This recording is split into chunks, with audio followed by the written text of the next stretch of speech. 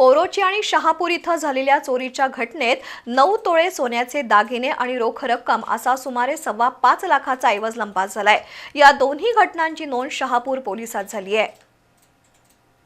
इचलकरंजी जवळच्या कोरोची इथल्या ST stand परिसरात अरुण शेट्टी राहतात। बुधवारी रात्री शेट्टी कुटुंबीय घराला कडी लावून शेजारच्या घरात हळदी कुंकवाच्या कार्यक्रमाला गेले होते। कार्यक्रमानंतर परतल्यावर घरात चोरी झाल्याचं दिसून आलं। शेट्टी यांच्या दोन्ही बेडरूममधील तिजोरीतील 3.5 तोळ्याचं आणि 1 तोळ्याचं मंगळसूत्र, 1.5 तोळ्यांची कानवेल आणि झुबे, 1 तोळ्याच्या सोनसाखळ्या, 2 तोळ्याचं गंठण असे 9 तोळ्याचे सोन्याचे दागिने लंपास झाले। दुसरीकडे शहापूरमधील भाटले मळ्यात राहणारे राजू माने सीएनसी ऑपरेटर म्हणून काम करतात।